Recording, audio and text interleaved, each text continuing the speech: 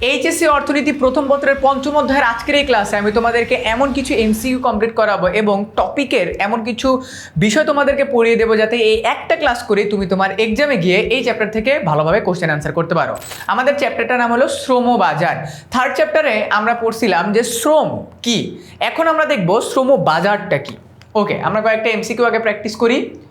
কোনটি উৎপাদনের মৌলিক উপাদান? একটা প্রোডাক্ট উৎপাদন করতে গেলে ফান্ডামেন্টাল জিনিস কি? ফান্ডামেন্টাল জিনিস হলো শ্রম। তার মানে যারা কাজ করবে তাদেরকে প্রয়োজন, যদি কাজ না করে তাহলে আলটিমেটলি কোনো লাভ নেই। উৎপাদনের কোন উপাদানটি সক্রিয়, মানে একদম ফুললি কনসার্ন থাকে যা কি করতে হবে কি না করতে হবে, এটা হলো শ্রম, মানে শ্রমিক। এরপরে কর্মক্ষম মানে কাজ করতে পারে ও কাজ করতে ইচ্ছুক জনসংখ্যাকে কি বলা হয়? এটাকে বলা হয় শ্রমশক্তি। বা হ্যাঁ, তোমার মনে করো যে মানুষরা কাজ করতে পারে আর কাজ করতে চায় তাদেরকে আমরা শ্রমশক্তি বা মানব সম্পদও বলে থাকি। এরপরে শ্রমিকের সেবার বিনিময়ে যে দাম দেওয়া হয় তাকে মজুরি বলে। এটা কার উক্তি? এটা হলো তোমার কে ডুয়েটের উক্তি। ওকে, মানুষের শারীরিক ও মানসিক পরিশ্রম যার বিনিময়ে অর্থ উপার্জন করে তাকে কি বলে? তাকে বলা হয় শ্রম। মানুষের শারীরিক ও মানসিক পরিশ্রম যার বিনিময়ে অর্থ উপার্জন হয় তাকে কি বলা হয়? তাকে আমরা শ্রম বলে থাকি। সময়ের প্রেক্ষিতে কোনটি ক্ষণস্থায়ী? সময়ের প্রেক্ষিতে শ্রম ক্ষণস্থায়ী। শ্রম মানে টাইমের সাথে এটা ডিপেন্ডেন্ট, কারণ আমরা কেউ একদম আনলিমিটেড মানে ইনফিনিট অ্যামাউন্ট অফ টাইম কাজ করতে পারবো না, মারা যাব। শ্রমের বৈশিষ্ট্য কি? শ্রমের বৈশিষ্ট্য হলো তোমার শ্রম ক্ষণস্থায়ী। শ্রম ক্ষণস্থায়ী। আমরা মনে করো একটা মানুষ কোন এজে সবচেয়ে ভালোভাবে কাজ করতে পারে একদম উদ্যম নিয়ে? 25 থেকে 30 বা 20 থেকে 35, এই এজটার পরে, এই 15 বছর পর কিন্তু মানুষ আস্তে আস্তে আস্তে আস্তে তার স্ট্রেংথ, তার মানে কি বলবো, তোমার শক্তি, এগুলো সব ডিক্লাইনের দিকে যেতে থাকে, জন্য শ্রম ক্ষণস্থায়ী। মজুরির সাথে শ্রমের যোগানের সম্পর্ক কি? দেখো, আমরা সেকেন্ড চ্যাপ্টারে যে চাহিদা যোগান পড়ছি এখানেও সেম আমাদের যোগানটা আছে। মজুরির সাথে শ্রমের যোগানের সম্পর্ক কি? যদি আমরা টাকা বেশি দেই তাহলে মানুষ কাজও বেশি করবে। এটাই তো যোগানের ক্ষেত্রে, এটাই তো। আমরা যদি শ্রমিককে টাকা বেশি দিই, শ্রমিক কাজ বেশি করবে। এরপরে শ্রমের মজুরি অধিক বাড়লে শ্রমিক কি করবে? শ্রমের মজুরি অধিক বাড়লে শ্রম কম দিবে।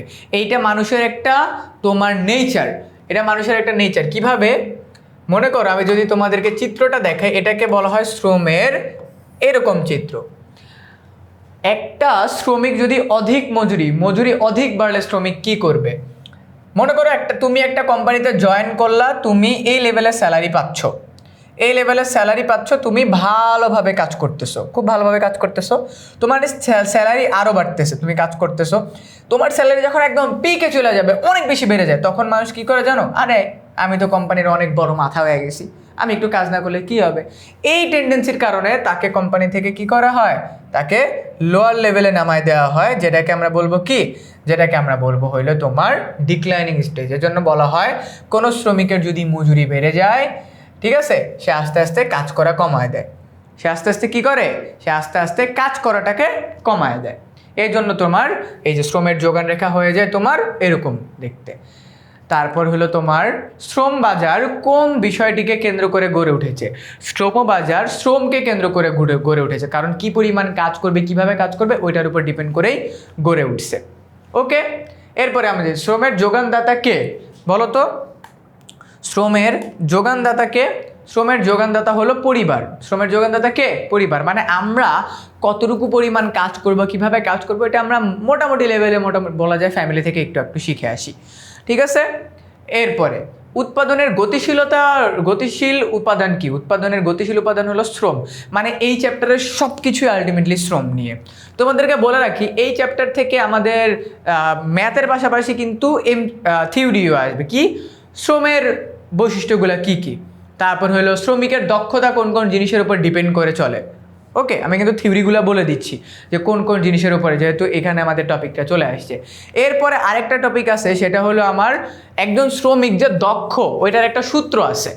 একজন শ্রমিক যে দক্ষ ওইটার কিন্তু একটা সূত্র আছে, যেটা আমি তোমাদেরকে এখন দেখাই দিব যে শ্রমের দক্ষতা, যেখান থেকে তোমাদের ম্যাথ আসবে। শ্রমের দক্ষতার সূত্রটা কি কি? চলো, শ্রমের দক্ষতা টপিকের নাম হলো শ্রমের দক্ষতা। এটা সূত্রটা কি?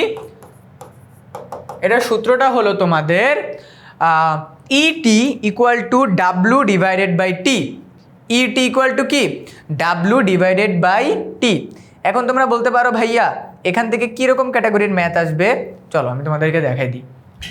একটা হলো ইটি, এটাকে বলা হয় শ্রমের যোগান, equal to W by T, W by টি।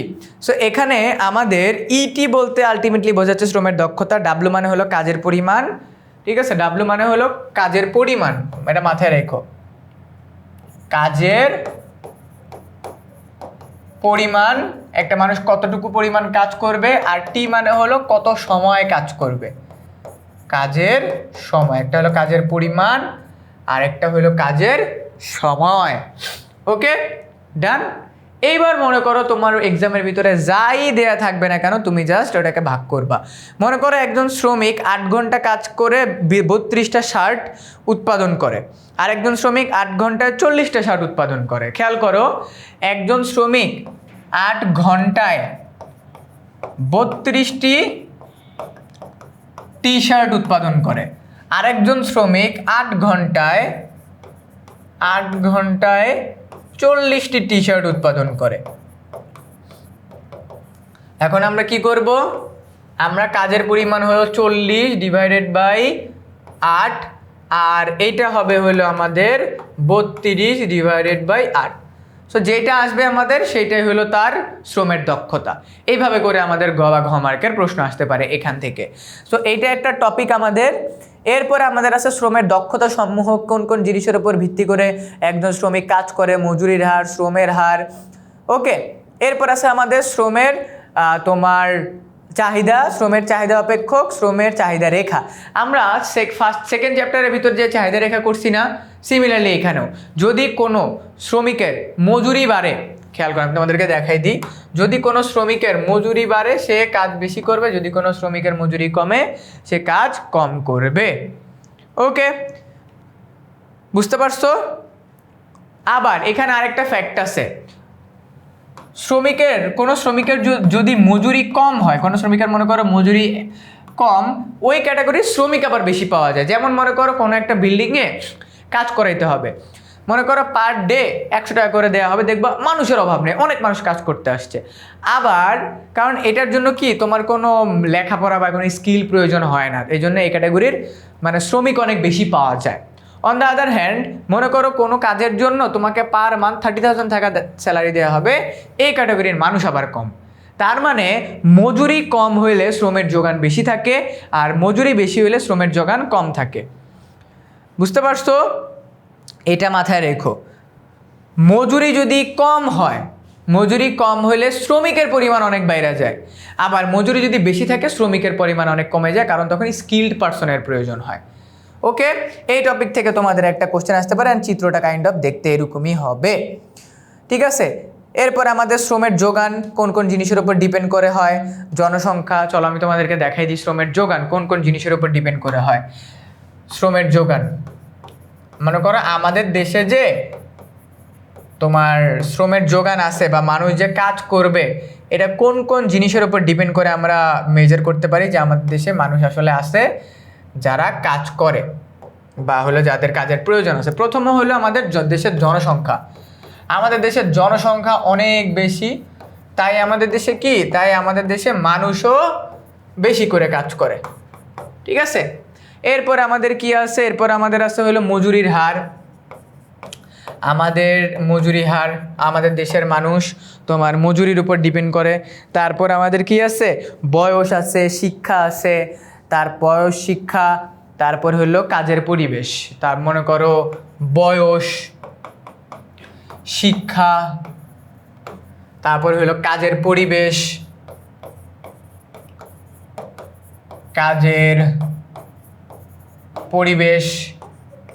তারপর নারী অংশগ্রহণ,